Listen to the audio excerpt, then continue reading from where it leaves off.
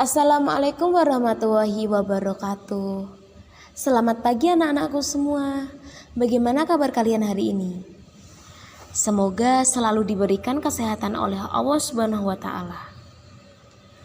Baik, sebelum pembelajaran dimulai, alangkah eloknya kita berdoa terlebih dahulu agar pembelajaran hari ini selalu diberikan kelancaran. Berdoa menurut agama dan keyakinan masing-masing. Berdoa dimulai. Berdoa selesai. Untuk presensi hari ini, nanti Ibu akan memberikan link kepada kalian dan kalian bisa mengisi di link yang akan Ibu berikan nanti. Anak-anak, meskipun pembelajaran kita dilakukan secara daring, tetap semangat ya untuk belajar hari ini dan juga selalu terapkan protokol kesehatan agar kita terhindar dari virus COVID-19 ini. Dan juga tetap jaga kesehatan ya anak-anak. Baik, Ibu akan memperkenalkan diri terlebih dahulu. Nama Ibu Nabila Putri Majiana. Ibu mahasiswa PPL dari Universitas PGRI Semarang. Ibu mengambil program studi Bahasa Indonesia. Nah, hari ini kita akan mempelajari teks ceramah ya anak-anak.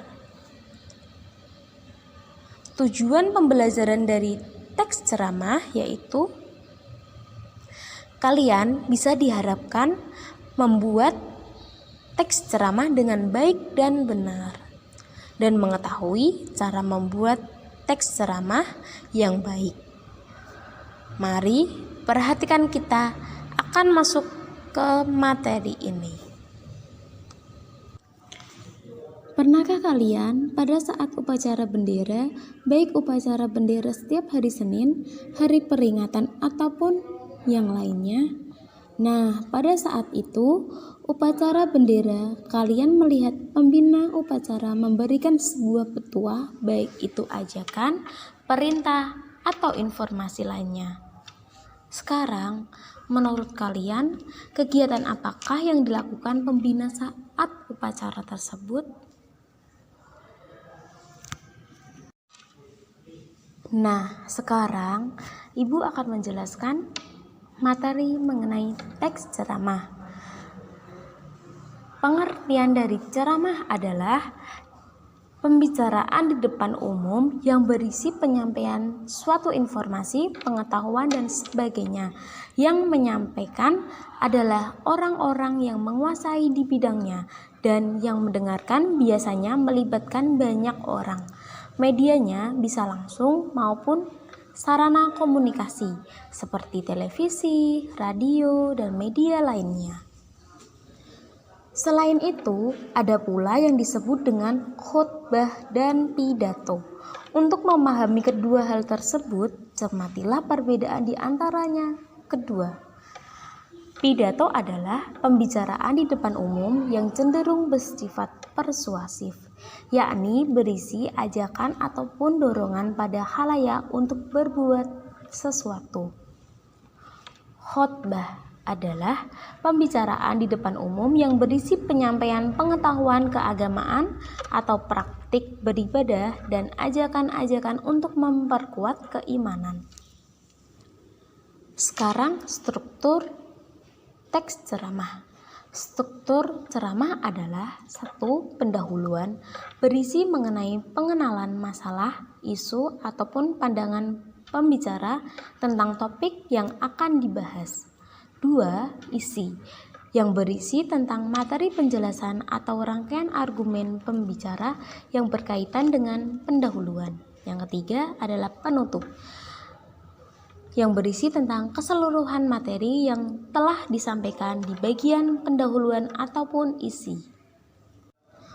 Unsur-unsur ceramah. 1. Pembukaan, berisikan salam, sapa, dan syukur. Yang kedua, isi, yang berisikan topik, materi, kesimpulan. Yang ketiga adalah penutup, yang berisikan ajakan, maaf, dan salam. Nah, sekarang pembahasan unsur teks ceramah. Bagian pembuka atau tesis. Berisikan salam, sapa, syukur. Salam biasanya berupa ucapan salam sebelum memulai ceramah. Contohnya, Assalamualaikum, selamat pagi, dan salam sejahtera. Sapa biasanya berupa sapaan untuk para hadirin yang datang urutannya dari atas ke bawah. Contohnya, yang terhormat Bapak Rahmat, Kepala Sekolah Madrasah Aliyah Negeri Demak, para bapak dan ibu yang saya hormati, dan juga teman-teman yang saya cintai. Syukur biasanya pada saat pembukaan memulai dengan pernyataan ucapan syukur. Contohnya, marilah kita panjatkan puji syukur kepada Allah yang Maha Kuasa, karena atas rahmat dan hidayahnya kita dapat berkumpul di dalam acara ini. Bagian isi. Berisikan topik, materi, dan simpulan. Topik biasanya berupa yang dibicarakan. Contohnya, pada kesempatan kali ini saya akan berbicara tentang materi. Dalam penyampaian materi harus sistematika. Mulai dari definisi, tujuan, manfaat, dampak, dan cara mengatasi seterusnya. Simpulan. Berisikan ringkasan dari materi yang telah disampaikan. Maka dari itu, simpulan bersifat memperjelas dan mempertegas pernyataan sebelum yang telah disampaikan kepada pendengar. Contohnya, jadi intinya adalah, perlu saya tegaskan kembali bahwa. Nah, sekarang bagian penutup. Bagian penutup terdiri dari apa saja ya? Nah, jadi bagian penutup terdiri dari ajakan, maaf, dan salam. Ajakan bersifat persuasif dan instruktif karena tujuan akhir jenis ceramah tersebut adalah mengajak pendengar agar melakukan sesuatu. Contohnya, demikian ceramah saya saat ini. Marilah kita.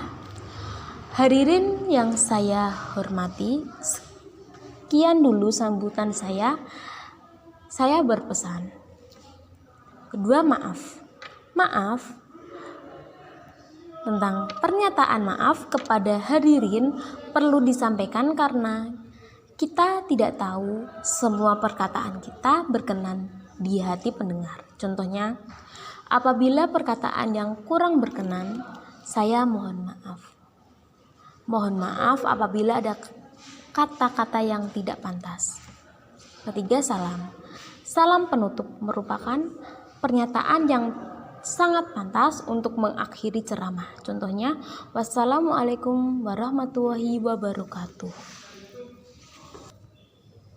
Sekarang kita akan memahami contoh dari teks ceramah. Di situ ada contoh teks ceramah yang berjudul tentang generasi muda harapan besar bangsa. Ada bagian salam, ada bagian sapa, dan ada bagian syukur. Diperhatikan baik-baik ya anak-anak. Dan di situ juga ada bagian topik, materi. Di situ juga ada bagian simpulan. Yang terakhir, bagian penutup, terdiri ajakan, permintaan maaf, dan salam. Nah, itu contoh dan bagian teks ceramah. Sudah paham kan anak-anak mengenai contoh teks ceramah? Baik, tadi Ibu sudah menjelaskan materi mengenai teks ceramah. Ibu tadi sudah menjelaskan mengenai pengertian, struktur, unsur-unsur, dan pembahasan unsur teks ceramah, dan juga contoh dari teks ceramah. Sekarang ada yang mau ditanyakan mengenai materi teks ceramah?